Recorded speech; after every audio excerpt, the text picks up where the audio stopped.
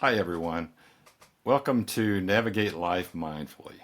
This is episode 9, A Balanced Life. I'm Ron Demonet, and my goal, as always, is to show you that you have much more control over your life than you think you do. You're not a victim. And along the way, I'm going to introduce you to some simple tools that you can use every day as you navigate life with more ease and hopefully make some positive changes in your life. If this is something you want to learn more about, you're interested in, I hope you'll tune in. I hope you'll like and subscribe to our channel below and join us on this journey. So, in last week's episode, we talked about changing bad habits. And I gave you an assignment, like I always do, was to just pick a small habit that you would consider bad in your life right now, something that you want to change, and develop a plan of baby steps to go through and to change it into something positive. So, curious how that's going for you. I hope it's going well. I just ask that you keep it up, continue it. Remember, it takes about 30 to 90 days sometimes to really establish a habit. So it doesn't happen overnight. So stay with it, have fun with it, and you're going to change that bad habit into a good habit. Let's dive into this week's episode. A balanced life. This is a pretty basic desire that everybody wants, right? I thought it'd be interesting this week to check out what AI had to say about it. So I went online and I asked Chat GPT, what does it mean to live a balanced life? And the answer I got back was pretty good. And here's what it was. Living a balanced life means maintaining harmony among different aspects of your life: physical, mental, emotional, social, and professional, so that no single area dominates at the expense of others. It's about prioritizing well being, managing stress, and making time for what truly matters to you. I would venture to say that most people, by far, will say that even though this would be great, they really don't live a balanced life. For most people, for whatever reason, they think it's totally out of reach. The truth is, it's absolutely possible to live a more balanced life. We just have to be more mindful about it. In order to bring about more balance in our life, we need to, one, we need to take a close look at where we are today with regard to balance. Two, decide where we want to be. Got to know where you're going, right? Three, put together a thoughtful plan of baby steps to get you there. And four, and I believe it's the most important thing, and that is set the intention to do it, because setting the intention is key, then following through with that intention. As I enter into a coaching relationship with someone, I first ask them to assess specific aspects of their lives and rate them on a scale of 1 to 10, where 1 is being unsatisfied with where they are, and 10 is being extremely satisfied with where they are in respect to any given aspect. So that's what I'm going to ask of you right now. So I'd like you to pause this podcast for just a minute and go grab a pen and a piece of paper so that we can go through this assessment.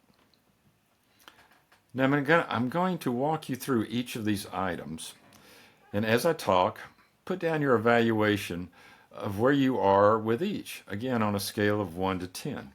And remember, your first gut reaction is usually very accurate. The more you ponder it, if you ponder it for too long, your ego kind of takes over and starts justifying a different answer. So go with what your gut feels right up front. And we want to know what's true for you at this point in time. So here we go. You ready? Number 1, career, job. Even though these aren't exactly the same, they oftentimes are related to one another. How do you feel about your current endeavors, about what you do to create an income? Your job, the thing that makes you money, the thing that helps you live from day to day. Number 2, confidence and self-image. These usually go hand in hand. So how do you see yourself? Is it in a positive light or negative light? And to what degree? So remember, a scale of 1 to 10. Number 3, contribution, service to others. What are you doing to help others around you? And whether it's your friends and family, or if it's in your local community, or even a larger group of individuals in the world. This often leads to a sense of purpose, feelings of being valued and needed. So, what contributions are you making right now? How do you feel about that? Number 4, creative activities, hobbies. These are things that can help you unwind from the stress of day to day work. They're things that just feel good, things that help you relax. Do you have hobbies? Do you have creative activities? Number 5, finances. Of course, we all want to make more money, but how do you feel about where you are at this moment? Is this a stress point, or is it a non issue? Number 6, friendships, social connections. Strong social connections are related to happiness, reduced stress, and even sense of purpose. Studies suggest that strong social connections can lead to longer and healthier lives. There's a book out there, and I believe it's called Blue Zones, where they went around the world, and there were specific areas where people lived to be over 100, percentage-wise more than anywhere else. And at the end of the day, it wasn't necessarily diet or exercise or anything like that. It was really had to do about social connections and purpose. So connections, very important. Number 7, mental and emotional well-being. This is how you think, feel, cope with day-to-day life, your resilience, and even more. How do you feel about your emotional and mental well-being right now? Number 8, personal development and growth. This can be self-discovery, improvement, developing new skills, knowledge, etc. Number 9, physical health, fitness. How do you feel about your current physical health? Do you want or need more physical activity in your life? Number 10, recreation, fun, laughter. This is one that's so important, but it gets put back on the back burner all too often because there always seems to be something else in our lives that seems to be more important, something that takes over our time. Number 11, relationship with a significant other. Is there a significant other in your life? If so, is it healthy? Is it empowering? Or is it something else? Where do you stand with that? Number 12, relationship with family members. Kind of self-explanatory. How do you feel about these relationships? Number 13, relaxation, sleep. Boy, this is so important for our well-being. But again, an aspect that often suffers as we put other things ahead of it. Number 14, spirituality. This is a personal thing. You may or may not feel it's important to you. It's, again, personal. You decide. So this personal assessment is just for you to work with. Something to be mindful about, as it can help you prioritize certain aspects of your life, where you want to put more emphasis, where you want to put more time. Helps you decide what would bring your life into better balance. So now let's talk about next week's assignment. Your assignment is going to be simply to study the results of what you just went through. These 14 items.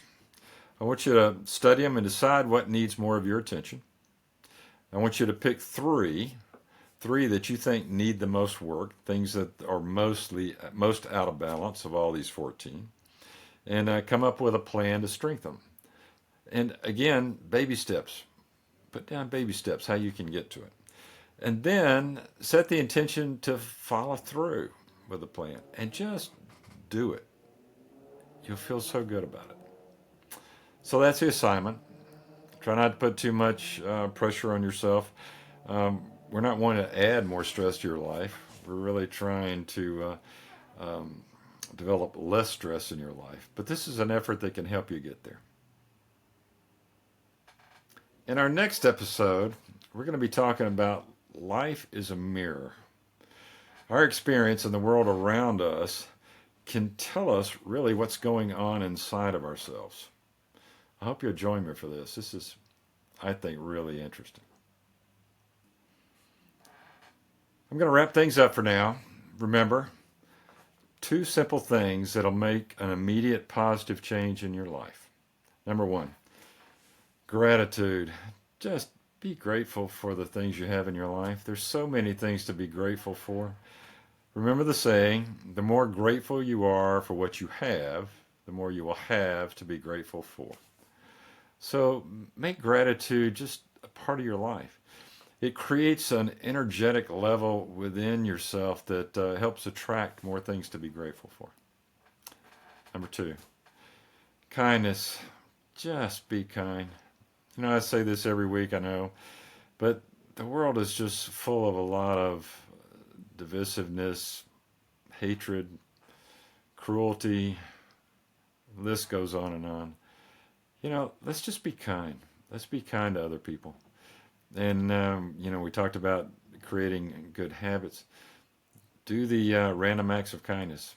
It's fun. So, those two things, remember, gratitude and kindness, they'll make an immediate change in your life. Well, I'm going to say so long for now. If you have a comment or a question, please visit my website, rondemonetcoaching.com. Leave a comment. Or go straight to my email, rondcoaching@gmail.com, and leave a comment, question, whatever. I'll try to answer you if I can, either personally or on air. Again, I ask that you please like and subscribe to the channel. I really want to get this information out to as many people as I can. Thanks for tuning in. Look forward to seeing you next week. Bye for now.